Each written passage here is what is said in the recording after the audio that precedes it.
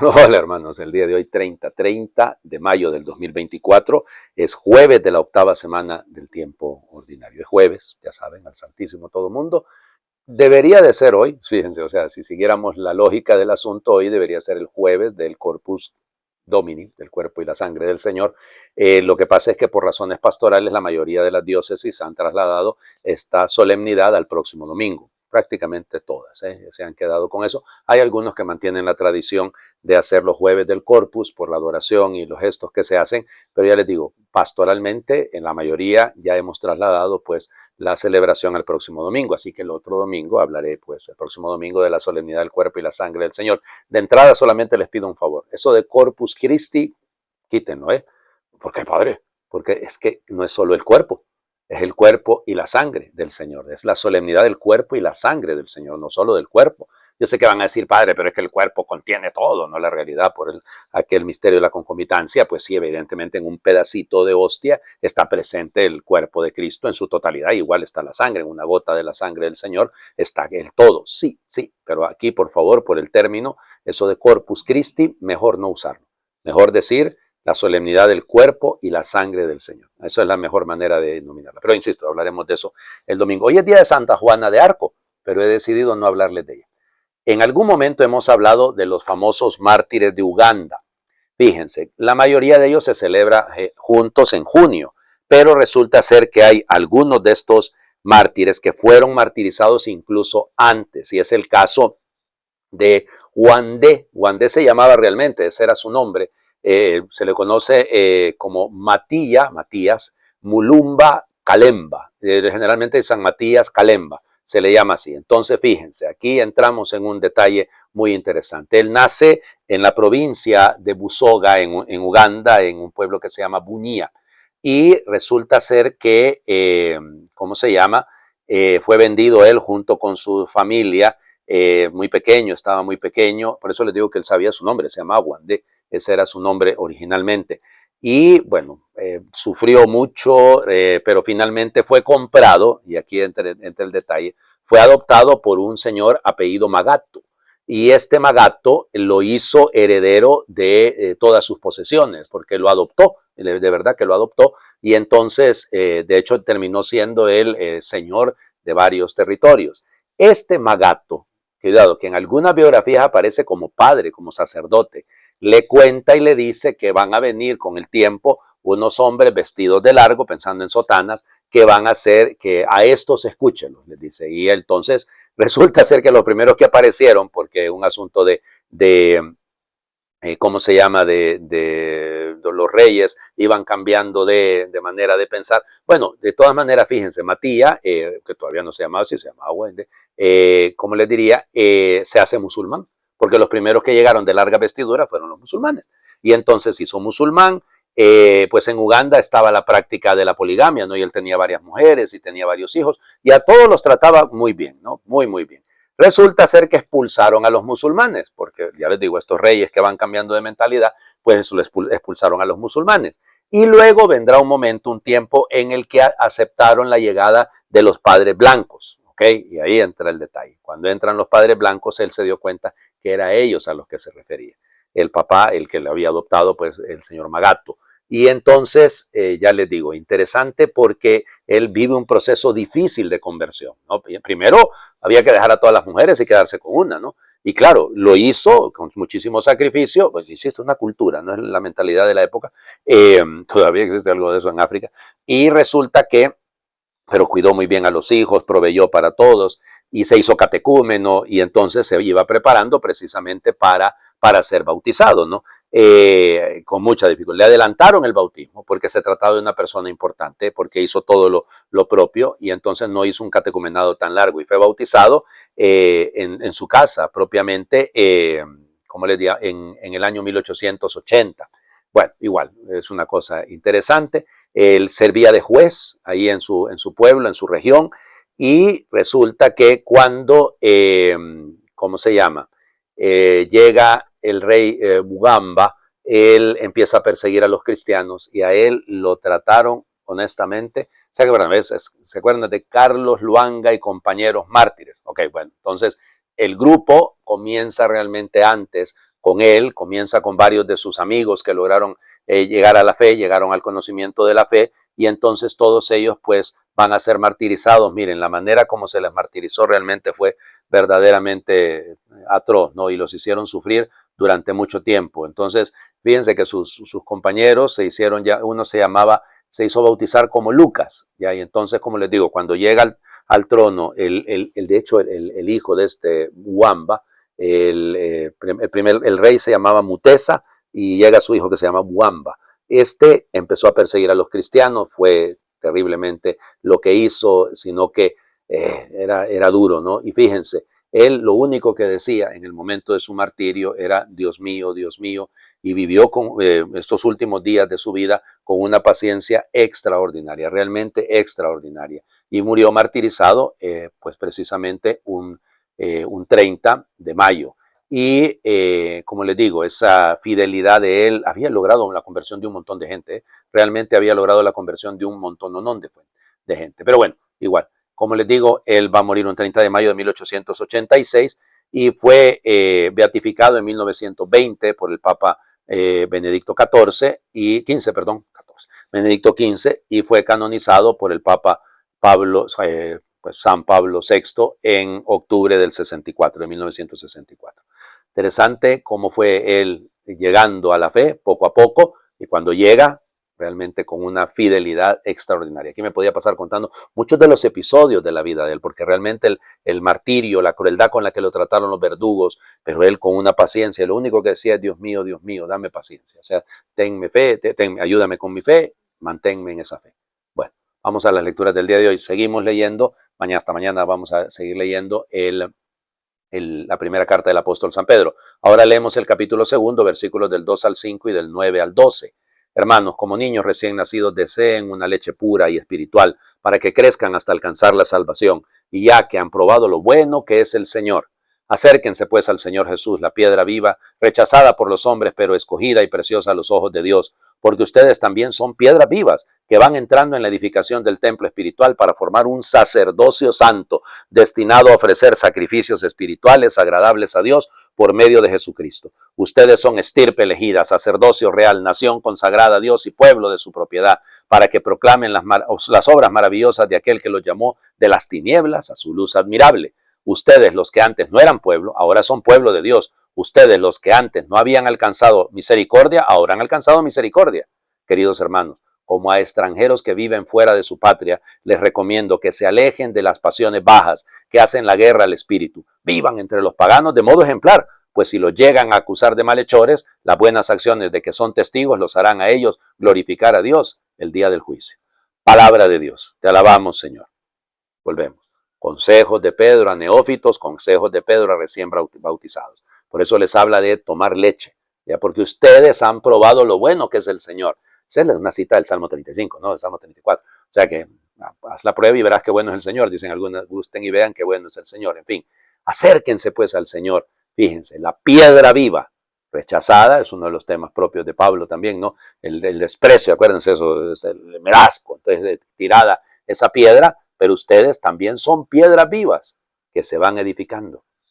Qué imagen más bella, ¿no? Una imagen de albañilería. Nosotros somos parte del edificio del cual Cristo es la piedra angular, pero además habla del sacerdocio, porque ustedes son, y empieza citando el libro del Éxodo, en el capítulo 19, Isaías, o sea, acuérdense, varias citas que hay ahí, ¿no? Bellas del Antiguo Testamento. Ustedes son nación elegida, estirpe sacerdotal, estirpe elegida, sacerdocio real, nación consagrada, pueblo de su propiedad.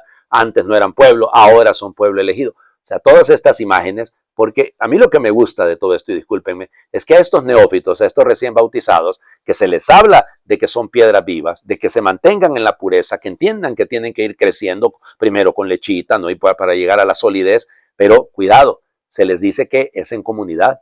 En ningún momento se está hablando de individualismo, sino de la vida comunitaria. Es la iglesia la que es depositaria de esto, es la comunidad entera la que es depositaria. Por eso viven en esta patria como extranjeros, porque viven en medio de paganos. Ahora actúen de tal manera que sean buen ejemplo para esos paganos. Es eso lo que está diciendo Pedro. Por el tiempo, porque van a decir, ¿por qué por el tiempo, padre? Si apenas no va a llegar a los 10 minutos. Sí, lo que pasa es que el evangelio de hoy es bellísimo. Fíjense, el Evangelio de Marcos, capítulo 10, versículos del 46 al 52. En aquel tiempo, al salir Jesús de Jericó, en compañía de sus discípulos y de mucha gente, un ciego llamado Bartimeo se hallaba sentado al borde del camino pidiendo limosna. Al oír que el que pasaba era Jesús Nazareno, comenzó a gritar: Jesús, hijo de David, ten compasión de mí. Muchos lo reprendían para que se callara, pero él seguía gritando todavía más fuerte: Hijo de David, ten compasión de mí. Jesús se detuvo entonces y dijo: Llámenlo. Llamaron al ciego, diciéndole: Ánimo, levántate, porque él te llama. El ciego tiró su manto, de un salto se puso en pie y se acercó a Jesús. Entonces le dijo Jesús: ¿Qué quieres que haga por ti? El ciego le contestó: Maestro, que pueda ver. Jesús le dijo: Vete, tu fe te ha salvado. Al momento recobró la vista y comenzó a seguirlo por el camino. Palabra del Señor. Gloria a ti, Señor Jesús. Bueno, vamos por partes. Llegar a Jericó es la última etapa antes de empezar a subir a Jerusalén. ¿De acuerdo? Es la última etapa. Así que, por lo tanto, viniendo de Cesarea de Filipo, acuérdense que en el capítulo 8 comenzó este camino hacia Jerusalén. Esta es la segunda vez directamente que escuchamos que Jesús se detiene. Claro que se detuvo más veces. Pero Jericó era un punto clave, ¿no? En tiempos de Herodes, Herodes había mandado construir ahí un palacio de invierno, por el momento que hace mucho, porque acuérdense que Jericó está debajo del nivel del mar, ¿no? Entonces, por lo tanto, era un lugar bastante caliente. Entonces, cuando hacía mucho frío en la zona alta, entonces se bajaban ahí, ¿no? Jericó, acuérdense que es una de las ciudades históricamente más antiguas, pobladas, ¿verdad? Más antiguas. Y era como una especie de oasis, ¿no? Bajando en el desierto de Judea y antes de subir a Jerusalén, que también es atravesar el desierto. Acuérdense que es desierto no de arena, sino de piedrita, ¿no? ¿Cómo se llama? Pues es muy bello. O sea, llegar a ese punto es clave. Pero fíjense, Lucas nos cuenta que al ciego se lo encontró antes de entrar a Jericó, porque luego en Jericó se encontrará a Zaqueo, ¿se acuerdan? Aquí no, aquí es saliendo de Jericó, o sea, en camino. Y luego el ciego, pónganlo, Jesús iba ya de camino. Acuérdense que ayer nos decía que iba adelante, Jesús se adelantaba. Y luego aquí nos dice que este ciego al final termina puesto en el camino, lo seguía por el camino. Por lo tanto, aquí hay, digamos, hay gato encerrado. Aquí no se nos está contando sencillamente la curación de un ciego, se nos está dando una catequesis sobre el seguimiento del Señor. Además, perdónenme, las imágenes son muy sugestivas. Recuerden que iluminar, devolver la vista, es el término que se utiliza para hablar del bautismo en los primeros siglos, de hecho en el primer siglo. Así no se decía bautizarse, no se decía iluminar. Entonces, por lo tanto, parece esta más bien una catequesis de orden pascual, una catequesis de orden bautismal. Otro detalle, este es el último milagro de Jesús. De aquí en adelante no hay más milagros. O sea, en Jerusalén, que va a subir a Jerusalén, ya no hay milagros. Al Padre de la resurrección, no es propiamente un milagro, ¿no? Entonces, este es el último milagro. Así que dejarlo de último pues, hace significativo el Evangelio de Marcos. Entonces, fíjense los movimientos, ¿no? Un ciego llamado Bartimeo, el hijo de Timeo. Aquí entramos en un problema, miren, porque es que hay un montón de explicaciones con respecto al Timeo. Parece ser una palabra un poco tirada pero igual. Porque algunos dicen el hijo de la confianza, en fin, bueno. Fíjense cómo está el ciego. Primero está sentado y después termina parado. Interesante, ¿no? Es un ciego que luego ve. Van viendo los contrastes. Entonces, fíjense, que está pidiendo limosna. Vaya lugar para pedir limosna, ¿eh? En el camino hacia Jerusalén, un montón de caravanas que iban por ahí, que pasaban por ahí. El hombre está situado en el lugar estratégico, digan, para recibir dinero, normalmente. Está muy bien. Al oír que pasaba, al oír el discípulo, el discende, el que es capaz de escuchar, el que está llamado a escuchar, que era Jesús el que pasaba, Jesús que pasa, Jesús que pasa, Jesús que camina, empezó a gritar. Ya claro, la necesidad que viene desde dentro. Fíjense, todo lo que Marcos aquí dice Jesús Nazareno. Es interesante cómo lo llama Marcos. Lo ha llamado de mil maneras, el Hijo de Dios, el Mesías, perfecto. Ahora, el Nazareno, y dice el ciego, Jesús, hijo de David, es otro término mesiánico, ten compasión de mí. Directamente no le está pidiendo algo, sino que le está diciendo que mire, que se compadezca, que sienta lo que siente él, que sufra con él, ten compasión de mí. Fíjense, la gente lo callaba, muchos lo reprendían. El reprender, eso es más o menos el mismo verbo que se ha utilizado en este mismo capítulo 10 para hablar de que los discípulos impedían, no querían que los niños se acercaran a Jesús. Te lo reprendían, lo callaban, ¿ya? Pero él seguía gritando, claro, frente a los obstáculos que me presentan, incluso los que van con Jesús. Feo, ¿no? Pero en la iglesia también muchas veces encontramos obstáculos dentro. Entonces yo sigo, persevero, no me callo, sigo adelante, con más fuerza. Hijo de David, ten compasión de mí. Bello, ¿no? Y Jesús se detuvo. ¡Upa! Logró que Jesús se detuviera. Jesús que va decidido, que va hacia adelante, va. Lo detuvo. Llámenlo. Es el verbo foneo, ¿no? Hay una llamada. Y luego vendrán y le dice, ánimo, porque la gente le dirá, llamaron al ciego, vuelve el verbo, ya, y vuelve, ánimo, levántate. Aquí hay un detalle, ¿no? Porque pareciera que a veces en algunas de las copias dice Gerión, o sea, él resucita, ¿ya? Resucitar. Y le dice, él te llama, vuelve, lo vuelven a llamar, no es el verbo caló, cuidado, no es el verbo foné. Y entonces lo llama, y él hace tres cosas, fíjense, pega un brinco, tira el manto, bueno, perdón, al revés, ¿no? Tira el manto era lo último que usted podía, un pobre no debía soltar nunca su manto. Ese es un gesto de libertad. Hasta lo último que tengo con tal de acercarme a ti, Señor, lo tiro, lo boto. Se puso de un salto en pie. Bonito, ¿no? Se puso de un salto en pie y se acercó. Ahí está la clave. Ahí está la clave. Estos tres elementos, camino de conversión. Cuando yo descubro a Jesús en el camino de mi vida, tengo que tirarlo todo, ponerme en pie, no quedarme postrado, tirado en el camino. Ponerse en pie es un acto de disponibilidad. Acercarme al Señor, acercarme a Él, porque Él es el que me puede sanar. ¿Qué quieres que haga por ti? Hombre, Señor, ¿no estás viendo que soy ciego? ¿Ya? Rabbuni, fíjense, el mismo término que va a utilizar la Magdalena, solo que aquí no lo leemos, pero la traducción es esa, Rabbuni, que vea, que pueda ver. Eso es todo, que pueda ver. Jesús le dijo, tu fe. Acuérdense, entonces hay una declaración de fe, porque él está confiando en que Jesús puede devolverle la vista, puede iluminarlo, puede bautizarlo, puede hacerlo entrar. Van a decir, padre, pero ahí no hay agua. Jericó es un oasis. Jericó es un oasis en medio del desierto. La imagen queda muy bella, ¿no? Inmediatamente, pues al momento recobró la vista y lo seguía y comenzó a seguirlo por el camino. A ver si nuestra conversión llega a ese nivel. Les invito a hacer oración. Aquí estoy, Señor, como el ciego al borde del camino, cansado, triste, aburrido, sudoroso y polvoriento, sin claridad y sin horizonte, mendigo por necesidad y oficio. Aquí estoy, Señor, en mi sitio de siempre, pidiendo limosna, sintiendo que se me escapa la vida, el tiempo y los sueños de la infancia, pero me queda la voz y la palabra. Pasas a mi lado y no te veo, tengo los ojos cerrados a la luz, costumbre, dolor, desaliento, sobre ellos han crecido duras escamas que me impiden verte, pero al sentir tus pasos, al oír tu voz inconfundible, todo mi ser se estremece, como si un manantial brotara dentro de mí. Te busco, te deseo, te necesito, para atravesar las calles de la vida y andar por los caminos del mundo sin perderme. ¿Qué pregunta la tuya?